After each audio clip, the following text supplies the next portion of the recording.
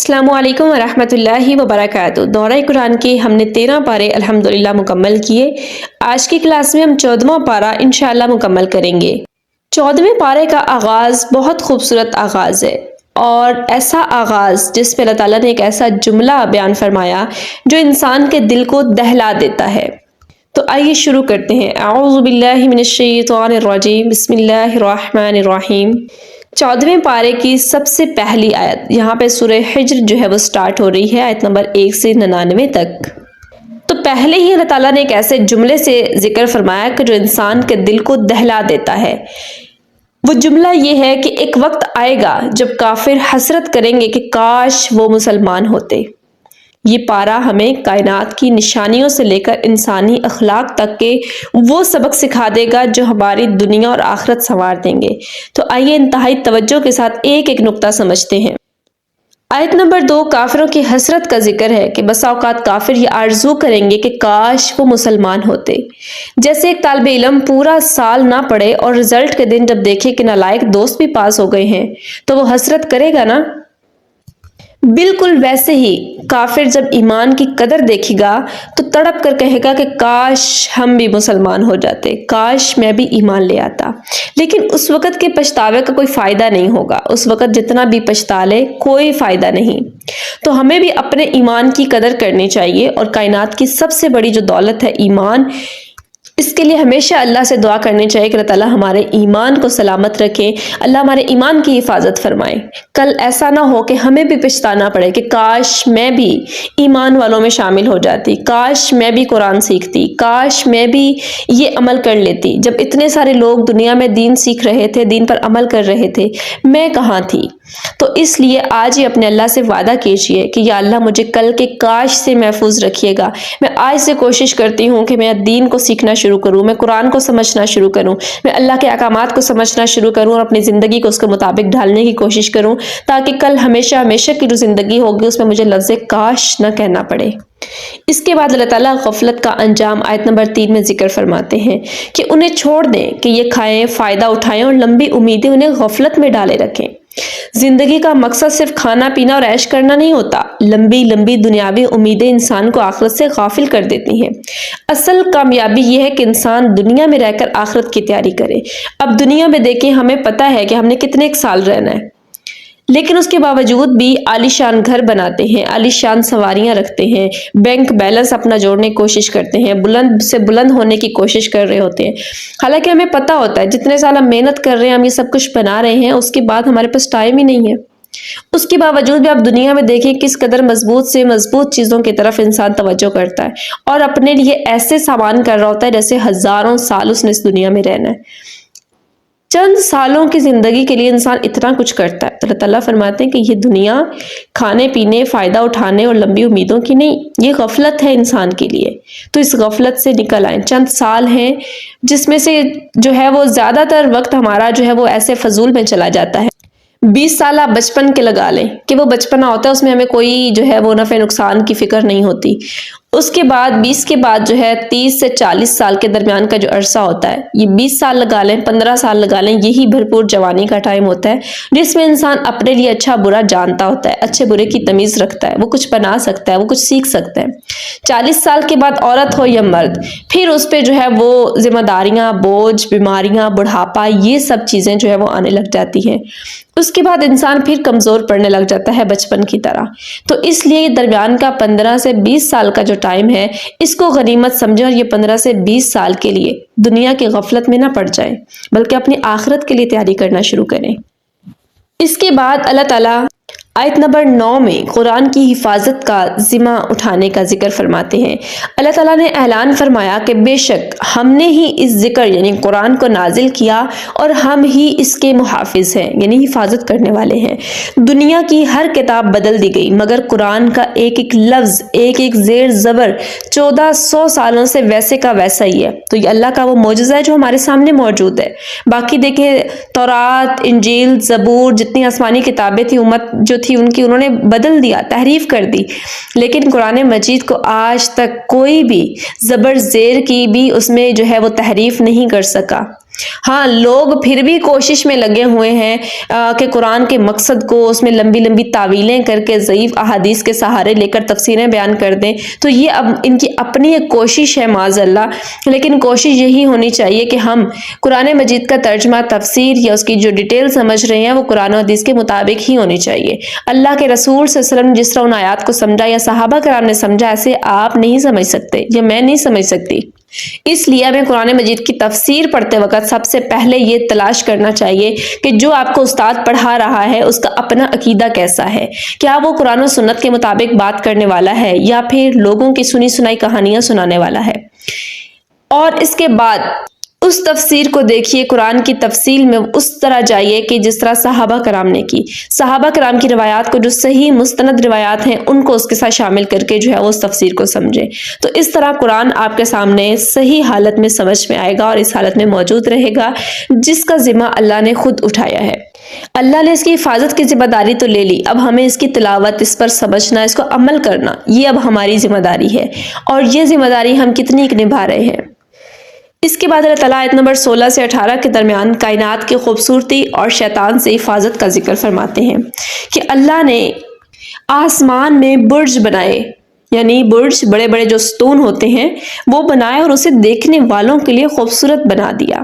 یعنی اللہ صرف خالق نہیں، وہ جمال، خوبصورتی کو بھی پسند کرنے والا ہے۔ وہ ستاروں کے ذریعے آسمان کی حفاظت بھی کرتا ہے، یعنی ستارے جو ہیں اس کو خوبصورت بناتے ہیں، مزین کرتے ہیں آسمان کو اور زیادہ، اور اس طرح آسمان کی حفاظت اور زیادہ ہو جاتی ہے۔ تو یہ جو آیت ہے 16 سے 18 کے درمیان، یہ ہمیں سکھاتی ہے کہ اپنی زندگی کو با مقصد بنائیں، خوبصورت اور گناہوں سے محفوظ بنائیں۔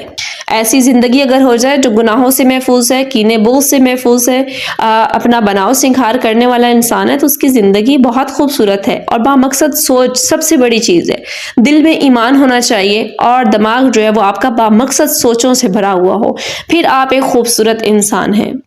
اس کے بعد آیت نمبر 21 میں اللہ تعالیٰ رزق کے خزانوں اور اس کے توازن کا ذکر فرماتے ہیں۔ ہر چیز کے خزانے ہمارے پاس ہیں اور ہم اسے ایک مقررہ مقدار میں نازل کرتے ہیں۔ اللہ تعالیٰ فرمانے ہیں کہ جتنے بھی خزانے ہیں اللہ کی رحمتوں کے، رزق کے خزانے اللہ ترتیب سے نازل کرتے ہیں۔ جیسے کہ ایک بارش اگر ضرورت سے زیادہ ہو جائے تو وہ تباہی لاتی ہے، اور اگر کم ہو جائے تو پھر قحط آ جاتا ہے۔ تو اللہ ہر بندے کو اس کی ضرورت اور مصلحت کے مطابق دیتا ہے۔ اب کسی کو اگر اللہ نے کم رزق دیا، ہو سکتا ہے اس کے لیے آزمائش ہو، اگر آزمائش نہیں تو اس میں حکمت ضرور ہے کہ ہو سکتا ہے اس بندے کے پاس پیسہ ہوتا وہ اس کو حرام پہ لگاتا، ہو سکتا ہے اس کے پاس پیسہ ہوتا وہ کیا سے کیا ہوتا۔ اللہ تعالیٰ اپنی مصلحت کے تحت جو ہے وہ ہر ایک کو نوازتے ہیں۔ کسی کو زیادہ نواز کر بھی آزمائش کے طور پہ ہوتا ہے کہ اس میں آزمائش ہوتی ہے کہ بندہ کیا کرتا ہے اتنی مال کے بعد، اور بعض دفعہ زیادہ مال کا ہونا اچھے اعمال کی پیشکش، یعنی اس میں سے اللہ کے راستے میں خرچ کرنے والا انسان بن جاتا ہے۔ تو اللہ تعالیٰ جس کو بھی جتنا رزق عطا فرماتے ہیں اپنی مصلحتوں اور اپنی حکمتوں کے تحت عطا فرماتے ہیں۔ اللہ کسی کو بھی کم یا زیادہ نہیں کرتے۔ اگر آپ کو کم ملا ہے تو یہ نہ سمجھے کہ خزانہ ختم ہو گیا اللہ کا، بلکہ یہ سمجھے کہ اللہ کی حکمت یہی تھی، اسی میں کوئی بہتری اور فائدہ ہے۔ تو جو جتنا ملے اسی پر توکل اختیار کریں، بھروسہ ہونا چاہیے کہ اللہ نے مجھے میری ضرورت کے مطابق عطا کر دیا ہے۔ اب انسان جو ہے وہ خود محنت کرتا ہے، خود سب کچھ کرتا ہے، اس کے باوجود بھی جو ہے وہ شکوے شکایات کرتا ہے۔ آپ تمام مخلوقات کو دیکھیں، جانور ہیں، چرند پرند جتنے بھی ہیں، ان سب مخلوقات کو دیکھیے کہ کیا کبھی کوئی پرندہ یا کوئی جو ہے وہ حشرات الارض ہو، باریک سے باریک ہو، جانور ہو، جنگلوں یا پانیوں کی ہو، کیا ان کو خوراک نہیں ملتی؟ کبھی وہ بھوکے سوئے ہیں؟ ان کے تو ہر ٹائم پیٹ بھرے ہوتے ہیں۔ تو انسان ہی ایسا کیا ہے جو اس کا پیٹ نہیں بھرتا؟ صرف اس دنیا کی لمبی آرزوئیں جو کہ چند ٹائم کی ہیں اور پھر اس نے ختم ہو جانا ہے۔ اس کے بعد اللہ تعالیٰ جو ہے وہ آیت نمبر 26 سے 29 کے درمیان انسانی تخلیق اور مٹی کی حقیقت کا ذکر فرماتے ہیں کہ انسان کو کھنکھناتی یعنی کالی مٹی سے بنایا گیا۔ اللہ نے فرمایا کہ جب میں اس میں اپنی روح پھونک دوں تو تم اس کے آگے سجدے میں گر جانا۔ یہاں پہ اس آیت میں جو ہے وہ واقعہ جیسے آدم علیہ السلام کو اللہ تعالیٰ نے بنایا اور پھر بنانے کے بعد اس میں روح پھونک کر پھر اللہ تعالیٰ نے فرشتوں کو حکم دیا کہ اس کے سامنے جھک جائیں، یہ اللہ کی طرف سے ایک حکم تھا۔ تو ہماری حقیقت کیا ہے؟ اس سے جو ہمیں سمجھ میں آ رہا ہے ہماری حقیقت صرف ایک مٹی کا پتلا، ہماری اصل قیمت وہ روح ہے جو اللہ نے عطا کی ہے۔ تو مٹی ہو کر غرور کرنا انسان کو زیب نہیں دیتا، عاجزی اختیار کرنی چاہیے۔ اس آیت سے ہمیں سبق ملتا ہے کہ زندگی میں تکبر نہیں کرنا بلکہ عاجزی اختیار کرنی، اور عاجزی انسان کو بلند کرتی ہے اور تکبر انسان کو گرا دیتا ہے۔ وقتی طور پر یہ لگتا ہے کہ تکبر میں انسان کی بڑائی ہے، بڑی شو آف کر رہا ہے، لوگوں کو دکھا رہا ہے، لیکن جو عاجزی اختیار کرتا ہے وقتی طور پہ سادہ لگ رہا ہے لیکن اللہ اس کو بلند کرتے ہیں، اور بلند وہی ہوتا ہے جس کو اللہ بلند کر دے۔ اس کے بعد اللہ تعالیٰ ابلیس کے تکبر اور مہلت کا ذکر فرماتے ہیں، جو کہ ہم پیچھے بھی پڑھ چکے ہیں۔ ابلیس نے سجدے سے انکار کیا تھا کیونکہ وہ خود کو آگ سے بنا ہوا ہونے کی وجہ سے بڑا سمجھ رہا تھا، تکبر کر رہا تھا۔ پھر اس نے قیامت تک کی مہلت مانگی تاکہ وہ انسانوں کو بہکا سکے۔ تو شیطان کا سب سے بڑا ہتھیار گناہ کو خوبصورت بنا کر پیش کرنا ہے۔ وہ گناہ کو گناہ نہیں بلکہ انجوائمنٹ بنا کر پیش کرتا ہے، اور مسلمان اس انجوائمنٹ کے چکر میں پڑ جاتے ہیں۔ تو ہوشیار رہنا سیکھیے، ہر چمکتی چیز سونا نہیں ہوتی۔ شیطان کے فریب کو پہچاننا سیکھیں، وہ گناہ کو مزید لذت والا، مزید خوبصورت بنا کر پیش کرتا ہے۔ پھر اللہ تعالیٰ آگے فرماتے ہیں آیت نمبر 42 میں کہ مخلص بندوں پر شیطان کا زور نہیں چلتا۔ اللہ نے صاف فرما دیا کہ جو میرے سچے بندے ہوں گے، جو خالص میرے ہوں گے نا، ان پر تیرا کوئی زور نہیں چلے گا۔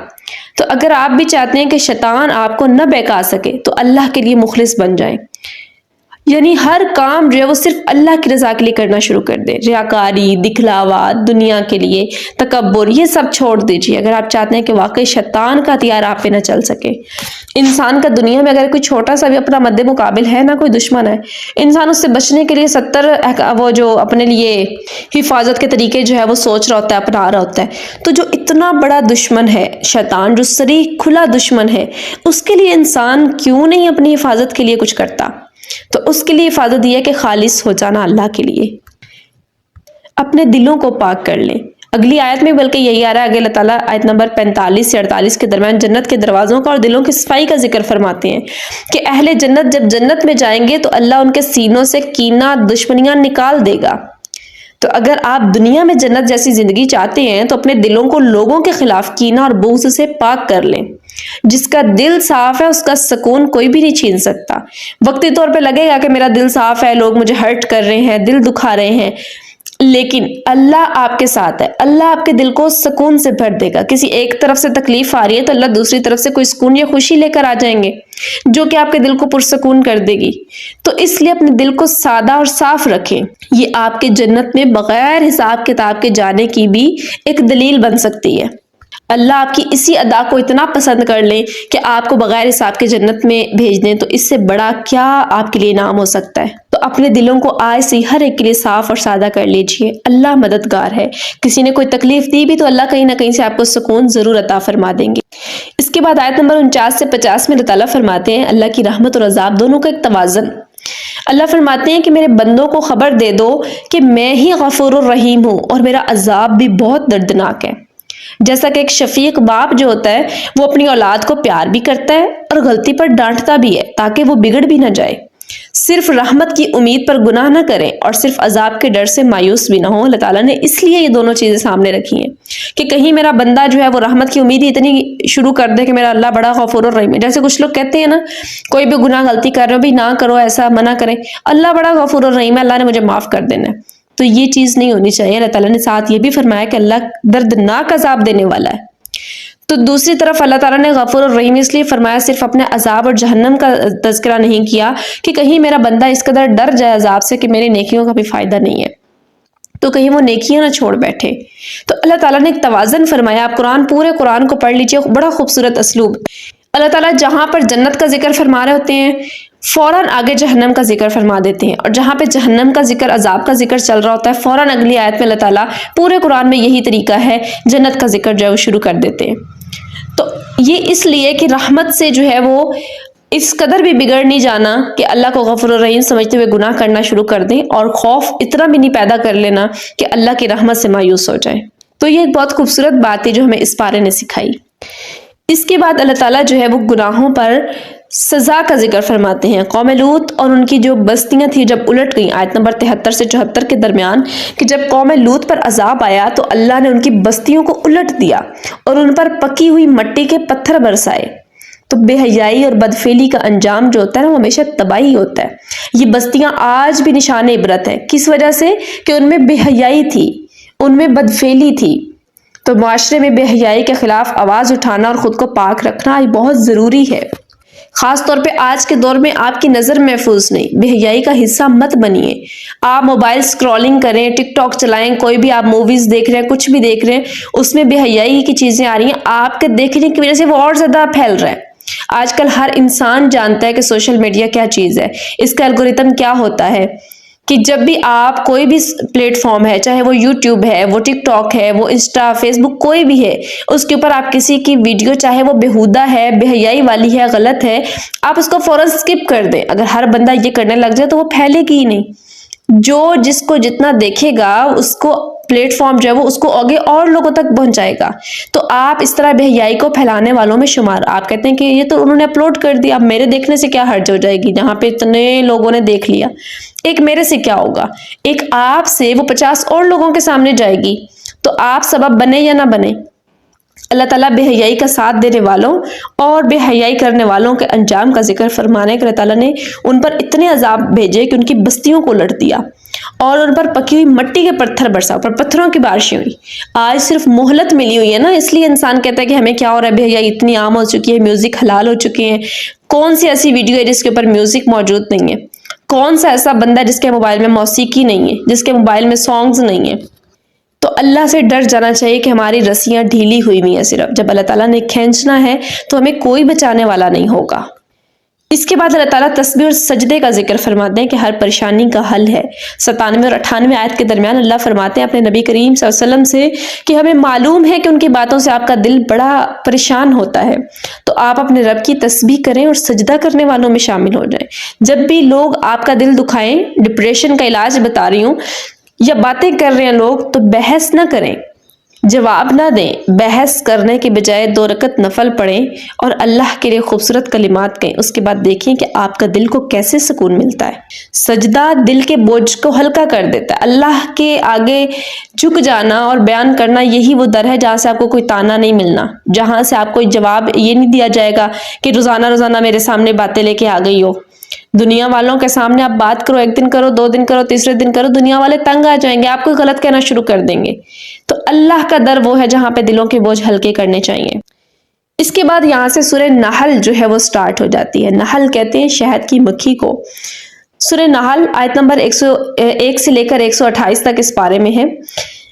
آیت نمبر 18 میں اللہ تعالیٰ فرماتے ہیں کہ نعمتوں کی بے شماری، یعنی ان کو نہیں گنا جاتا۔ اللہ تعالیٰ فرماتے ہیں کہ اگر تم اللہ کی نعمتوں کو گننا چاہو تو گن نہیں سکو گے۔ اللہ نے اتنی نعمتیں رکھی ہیں۔ اب آپ غور کریں، آنکھوں کی روشنی، سانس آنا، پانی کا گھونٹ آپ کے گلے سے گزرتا ہے، آپ کو کیسا سکون دیتا ہے۔ تو ہم کیوں نہ شکری کرتے ہیں؟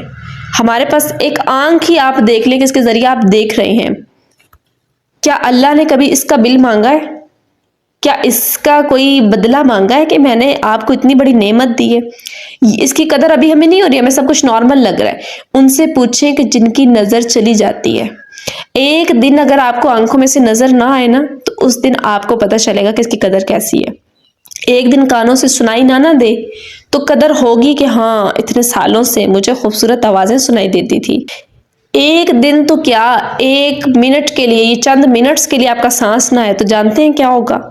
تو اللہ کا پھر بھی ہم شکر ادا نہیں کرتے، ہم نہ شکریوں کرنے پہ تلے ہوئے ہیں۔ ہم وہ چیزیں گنتے ہیں جو کہ ہمیں نہیں ملی، لیکن ہم وہ نہیں دیکھتے جو ہمیں مفت میں سب کچھ ملا ہوا ہے۔ تو جو نہیں ملا اس پر رونے کی بجائے جو ملا ہے نا اسے گننا شروع کریں تو شکر تب پیدا ہوگا۔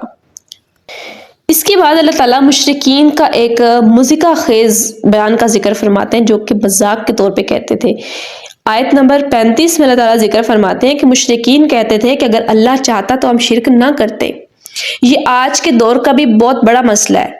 لوگ گناہ کرتے ہیں اور کہتے ہیں کہ اللہ کی مرضی وہی کروا رہا ہے، معاذ اللہ۔ اللہ نے ہمیں اختیار دے رکھا ہے۔ گناہ کر کے تقدیر پر ڈال دینا یہ ابلیس کا طریقہ ہے، اور توبہ کرنا آدم علیہ السلام کا طریقہ ہے۔ بہت سارے لوگ یہ سمجھتے ہیں کہ ایک محاورے کے طور پہ استعمال کرتے ہیں، گہرائی میں جانے کی بجائے اللہ کی قدرت کے، کہتے ہیں کہ دیکھو اللہ کی مرضی کے بغیر تو پتہ بھی نہیں ہل سکتا، تو پھر ہم اتنے بڑے بڑے گناہ اور یہ سب کیوں کر رہے ہیں؟ اچھا، ہجرت کرنے والوں کا ذکر آیت نمبر 41 میں اللہ تعالیٰ اس طرح فرما رہے ہیں کہ جنہوں نے اللہ کے لیے ہجرت کی ہم انہیں دنیا میں بھی اچھا ٹھکانہ دیں گے اور آخرت کا اجر تو ہے ہی بہت بڑا۔ کہ اگر دین کی خاطر یا حلال رزق کی خاطر آپ کو اپنا گھر یا شہر چھوڑنا پڑتا ہے تو پریشان مت ہوں، اللہ کے لیے کچھ چھوڑنے والا کبھی گھاٹے میں نہیں رہتا۔ اگر آپ اپنے گناہوں کو چھوڑ دیتے ہیں، ہجرت کئی طرح کی ہوتی ہے، ہجرت بھی نفس بھی ایک ہے، اپنے گناہوں کو چھوڑ کر اسلام کی طرف چلے جانا، جس میں پیچھے میں ڈیٹیل سے بات کی تھی پچھلے پاروں میں کہ اصل ہجرت کیا ہوتی ہے۔ دین کی خاطر جو ہے وہ کسی کو چھوڑ دینا، کچھ بھی آپ دین کی خاطر چھوڑیں، یہ ہجرت ہی شمار ہے۔ ضروری نہیں کہ ایک ملک سے دوسرے ملک جانا، ایک شہر سے دوسرے شہر جانا اسی کو ہجرت کہتے ہیں۔ تو ہجرت کی کئی ایک اقسام ہے۔ یہ حرام کو چھوڑ کر حلال کی طرف جانا، اس کی اللہ کے یہاں بہت بڑی فضیلت ہے۔ اللہ فرما رہے ہیں کہ دنیا میں بھی ان کے لیے بڑا اجر ہے اور آخرت میں بھی۔ اللہ کے لیے کچھ چھوڑ کر دیکھیے اللہ اس کے بدلے بھی کیا نوازتے ہیں۔ اگر آپ نے کوئی دعا اپنی قبول کروانی ہے، کوئی خاص ایسا مقصد ہے جو آپ اللہ سے پورا کروانا چاہ رہے ہیں اپنے لیے، تو اس کے بدلے میں گناہوں کو چھوڑ کر اپنی زندگی میں گناہوں پر نظر دوڑائیں۔ کوئی ایسا گناہ جو آپ کو بہت زیادہ کثرت سے آپ کی زندگی میں موجود ہے یا آپ کو بہت زیادہ اکساتا ہے، اس گناہ کو آپ چھوڑتے وقت اللہ سے دعا کریں کہ یا اللہ میں یہ گناہ تیری رضا کے لیے چھوڑ رہی ہوں، اس گناہ کو آج کے بعد میں نے چھوڑ دیا۔ اور اس گناہ کو چھوڑنے پر جو اللہ نے خوشی ہونی ہے اللہ کو، یا اللہ اپنے بندے سے جو خوشی کا اظہار فرماتے ہیں، اس کے بدلے میں آپ اللہ سے کچھ بھی مانگ لیں۔ اس ٹائم میں آپ اللہ سے کوئی بھی دعا کر لیں، اللہ ضرور قبول فرمائیں گے کہ میرے بندے نے میرے لیے گناہ چھوڑ دیا، میرے بندے نے میرے لیے ہجرت کر لی، میرے بندے نے میرے لیے حق کا راستہ اختیار کیا، تو میں کیوں نہ اس کے بدلے میں اس کو اس چیز سے نواز دوں۔ تو اپنی اس نیکی کا واسطہ دے اللہ کو کہ اس کے بدلے اللہ مجھے فلاں، جیسے وہ غار والوں کا واقعہ انہوں نے اپنے اسی طرح نیکیوں کا واسطہ دیا اور اللہ تعالیٰ نے ان کی مدد فرمائی، تو اس طرح آپ نیکی کا واسطہ اس کا دے کر کہ فلاں گناہ میں نے آج سے چھوڑ دیا، اللہ مجھے اس کے بدلے میں فلاں نعمت یا فلاں دعا جو بھی ہے وہ قبول فرمائے، تو آپ دیکھیں کہ چند دنوں میں آپ کو تبدیلی نظر آئے گی۔ اس کے بعد اللہ تعالیٰ آیت نمبر 58 سے 59 کے درمیان بیٹیوں کی پیدائش پر جاہلانہ رویے کا ذکر فرماتے ہیں کہ جب ان میں سے کسی کو بیٹی کی خوشخبری دی جاتی تو اس کا چہرہ سیاہ پڑ جاتا۔ تو یہ آیت آج بھی ہمارے معاشرے کا آئینہ ہے۔ بیٹی اللہ کی رحمت ہے، اسے بوجھ سمجھنا جاہلیت ہے۔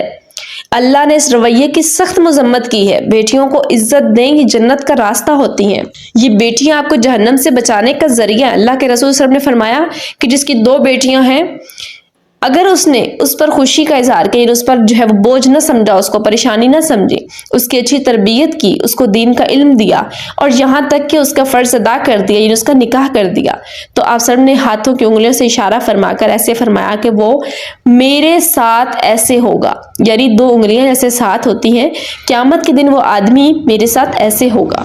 اسی طرح کسی کی 1 بیٹی ہے، 3 ہے، 4 ہے، جتنی بھی بیٹیاں ہیں، اگر کوئی اس کی اچھی تربیت کرتا اور اس پر چہرہ سیاہ نہیں کرتا اپنا، تو اللہ کے رسول صلی اللہ علیہ وسلم کا ساتھ ملنے کی خوبصورت بشارت ہے۔ بیٹیوں کو بوجھ نہیں سمجھنا چاہیے۔ اور ویسے بھی آج کل کے دور میں دیکھیں، لڑکیاں جو ہے ماشاءاللہ مردوں سے بھی زیادہ ایکٹیو نظر آتی ہیں، مردوں سے بھی زیادہ تعلیم حاصل کرتی ہیں، مردوں سے زیادہ عمل کر کے دکھا رہی ہیں، میچور مائنڈ جو ہے وہ آج کل لڑکیاں رکھ رہی ہیں۔ تو اس لیے بچیوں سے جو ہے یہ اپنے بیٹیوں سے پریشان مت ہوں، اللہ کی رحمتیں ہوتی ہیں۔ ایک بیٹی ہی ہوتی ہے جو پیغمبر کو جنم دیتی ہے، ایک بیٹی کی وجہ سے ہی پیغمبر دنیا میں آتے ہیں۔ ایک عورت نہ ہو تو مرد دنیا میں کیسے آ سکتا ہے، یہ سوچنا چاہیے۔ عورت کا مقام بہت زیادہ، یہ بات اس پہ بہت لمبی ہو جائے گی۔ میرا اکثر ٹاپک جو ہے وہ عورتوں کی اسی چیز پر ہوتا ہے کہ عورت کو اللہ نے کتنا مقام دیا ہے، عورت کو اپنا مقام خود سمجھنا چاہیے۔ تو اللہ تعالیٰ یہاں پہ فرما رہے ہیں کہ بیٹیوں کو بوجھ نہیں سمجھنا، یہ جنت کا راستہ ہے تمہارے لیے۔ اس کے بعد اللہ تعالیٰ اپنی ایک قدرت کا ذکر آیت نمبر 66 میں فرماتے ہیں کہ گوبر اور خون کے درمیان سے اللہ ہمیں خالص اور خوشگوار دودھ نکال کر دیتا ہے۔ سبحان اللہ، ایک جانور کے اندر خون بھی موجود ہے، گوبر بھی موجود ہے، اور اس کے درمیان سے اللہ تعالیٰ صاف خالص سفید کلر کا پاکیزہ دودھ نکالتے ہیں۔ تو ناپاکی کے درمیان سے پاکیزگی نکالنا یہ صرف اللہ کا کام ہے، اور یہ عقل والوں کے لیے نشانی ہے۔ یہ ہماری زندگی کی مثال ہے کہ برے ماحول میں رہ کر بھی ہم خود کو پاکیزہ رکھ سکتے ہیں۔ یوسف علیہ السلام کا پیچھے ہم نے واقعہ اور ذکر پڑھا، کس قدر خوبصورت، کس ماحول میں رہتے ہوئے جہاں برائی کی دعوت دی جا رہی ہے، الزامات لگ رہے ہیں، وہاں پر رہتے ہوئے بھی خود کو پاکیزہ رکھ لیا۔ حضرت آسیہ نے فرعون کے محل میں رہ کر اپنے ایمان کو سلامت رکھا۔ تو یہ جو لوگ بہانہ کرتے ہیں نا کہ ماحول ایسا ہے، فلاں جگہ ہی ایسی ہے، فلاں گھر کا ایسا ہے، میں کیا کروں، تو یہ چیز ان کے لیے۔ اور اگر اثر نہیں کرنا تو نوح علیہ السلام کا گھر میں بیٹا خود باپ پہ ایمان نہیں لا رہا، پیغمبر کے گھر کی جو ہے وہ ماحول کیسا ہے، اور بیٹا جو ہے وہ ایمان نہیں لا رہا۔ تو ماحول کی وجہ نہیں ہے، انسان کو خود اپنی تبدیلی دیکھنی چاہیے۔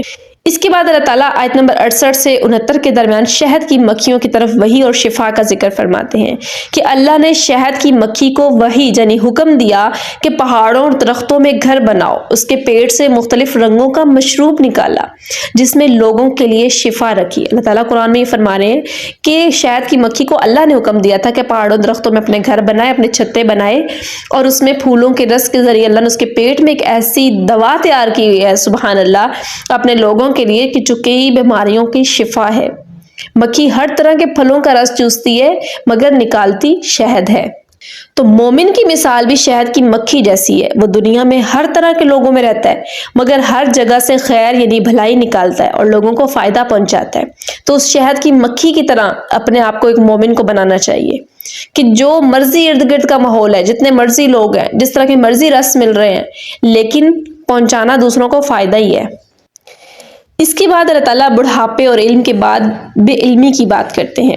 آیت نمبر 70 میں اللہ تعالیٰ فرماتے ہیں کہ کچھ لوگ ایسی عمر کو پہنچا دیے جاتے ہیں کہ سب کچھ جاننے کے بعد بھی کچھ نہیں جانتے، یعنی حافظہ ختم ہو جاتا ہے۔ جوانی اور عقل پر غرور نہ کریں، یہ سب اللہ کی دی ہوئی امانتیں ہیں جو کبھی بھی واپس لے سکتا ہے، اس لیے اپنی جوانی کو اللہ کی اطاعت میں لگا دے۔ کچھ لوگ کہتے ہیں نا کہ ٹھیک ہے جوانی جو ہے وہ گزر گئی، بڑھاپے میں اللہ اللہ کر لیں گے، مسجدوں میں بیٹھیں گے۔ اس بڑھاپے میں اللہ اللہ کا فائدہ نہیں ہے جو جوانی میں اللہ اللہ کا فائدہ ہے۔ بڑھاپے میں تو حافظہ ہی نہیں کام کرتا، کوئی حدیث یاد نہیں رہتی، کوئی آیت یاد نہیں رہتی، نماز کھڑے ہو کے نہیں پڑھی جا سکتی، روزہ رکھا نہیں جا سکتا، بنائی ساتھ چھوڑ جاتی ہے، جسم ساتھ چھوڑ جاتا ہے۔ اس ٹائم میں کیا اور پھر کیا کرنا ہے؟ تو اصل وقت جوانی میں عبادت کا ہے، تو جوانی میں اپنے اوپر غرور یا تکبر نہیں کرنا کہ علم آ گیا، میرے پاس حسن آ گیا، میرے پاس مال و دولت آ گئی۔ یہ چھینتے وقت اور اس کا زوال آتے وقت کوئی جو ہے پتہ نہیں چلتا۔ تو کبھی بھی اپنے اوپر غرور تکبر نہ کریں اور اپنی جوانی کو ضائع مت کریں۔ اس کے بعد اللہ تعالیٰ آیت نمبر 90 میں عدل، احسان اور صلہ رحمی کا ذکر فرماتے ہیں کہ یہ قرآن کی وہ آیت ہے جو ہر جمعہ کے خطبہ میں بھی پڑھی جاتی ہے۔ اللہ عدل یعنی انصاف، احسان یعنی بھلائی اور رشتہ داروں کو دینے کا حکم دے رہے ہیں۔ اگر ہم صرف اس ایک آیت پر عمل کر لیں تو معاشرے میں کئی سارے جھگڑے جو ہیں وہ ختم ہو سکتے ہیں۔ دوسروں کے ساتھ صرف انصاف نہیں بلکہ احسان یعنی اپنی ذمہ داری سے زیادہ دینا یہ سیکھیں کہ صرف جتنا فرض ہے وہ نہ پورا کریں، ذمہ داریوں سے بڑھ کر کرنا سیکھیں۔ دنیا والے صلہ نہیں دیتے، نہ دیں، آپ نے اللہ کے لیے کرنا ہے۔ ہر معاملے میں جو ہے عدل کریں، دوسروں پر احسان کریں، صلہ رحمیاں کریں، یہ آپ کے درجات کو بہت زیادہ آخرت میں بلند کرنے کا ذریعہ ہے۔ اس کے بعد اللہ تعالیٰ آیت نمبر 114 اور 15 میں جو ہے فرماتے ہیں کہ حلال و حرام کے اصولوں کا ذکر، اللہ کا دیا ہوا حلال اور پاکیزہ رزق کھاؤ اور مردار خون اور خنزیر کے گوشت سے بچو، یعنی ہماری خوراک کا ہمارے تقوی پر بڑا اثر پڑتا ہے۔ حرام لقمہ دعا کی قبولیت میں رکاوٹ بن جاتا ہے، اس لیے ہمیشہ حلال پر اکتفا کریں۔ آپ دیکھیں تقریباً ہر پارے میں ہی ہمیں اللہ تعالیٰ کی طرف سے یہ وارننگ مل رہی ہے کہ اگر حرام لقمہ کھایا تو دعا عبادات قبول نہیں ہوں گی۔ حلال پر اللہ تعالیٰ کس قدر تاکید فرما رہے ہیں، بار بار اللہ تعالیٰ حلال کا ذکر فرماتے ہیں کہ حلال آپ کے اندر ہوگا تب آپ کی باتیں قبول ہوں گی، تب آپ کی دعائیں قبول ہوں گی، تب اللہ کی رضا آپ کو حاصل ہوگی، تب لوگوں کے دلوں میں بھی آپ کے لیے رعب اور کشش پیدا ہوگی۔ تو اپنے گھروں میں روزانہ کی بنیاد پر ایک ایک لقمے پر توجہ دیں، میرے گھر میں جو سامان ہے، میرے گھر میں جو آ رہا ہے، جو جا رہا ہے، یہ کہاں سے آ رہا ہے، کیسے آ رہا ہے، کیا اس میں حرام تو نہیں ملا ہوا۔ اس کے بعد بہت خوبصورت آیت نمبر 120 میں اللہ تعالیٰ حضرت ابراہیم علیہ السلام کا ذکر فرماتے ہیں کہ ابراہیم علیہ السلام کے بارے میں کہ بے شک ابراہیم علیہ السلام اپنی ذات میں ایک پوری امت تھے۔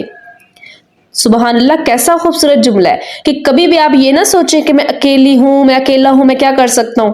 اگر ایک بندہ اللہ کے ساتھ سچا ہو جائے تو وہ اکیلا ہی ایک پوری جماعت کے برابر وزنی ہوتا ہے۔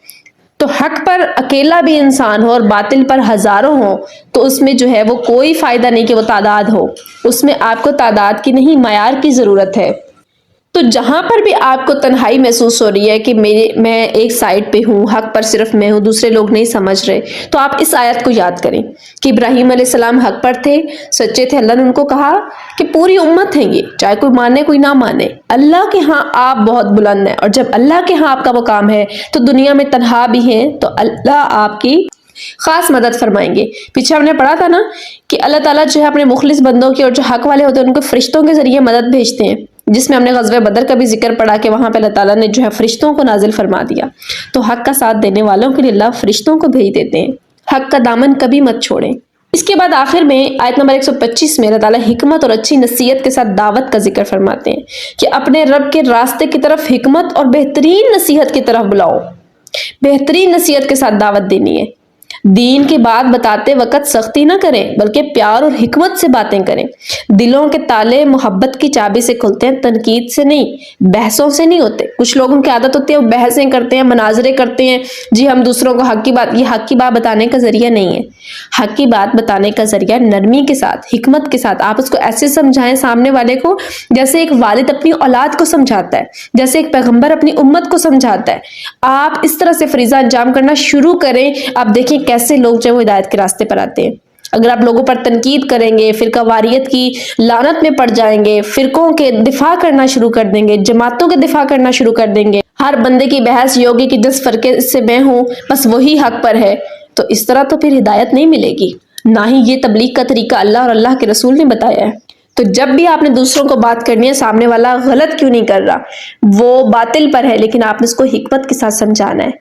آپ کی وجہ سے اگر وہ ایک بندہ ہدایت پہ آ گیا، آپ صلی اللہ علیہ وسلم نے فرمایا حضرت سہل رضی اللہ عنہ کو کہ اے سہل، اگر تیری وجہ سے ایک آدمی بھی ہدایت پر آ گیا، ہدایت کے راستے پر آ گیا، تو وہ تیرے لیے سرخ اونٹوں سے زیادہ بہتر ہے.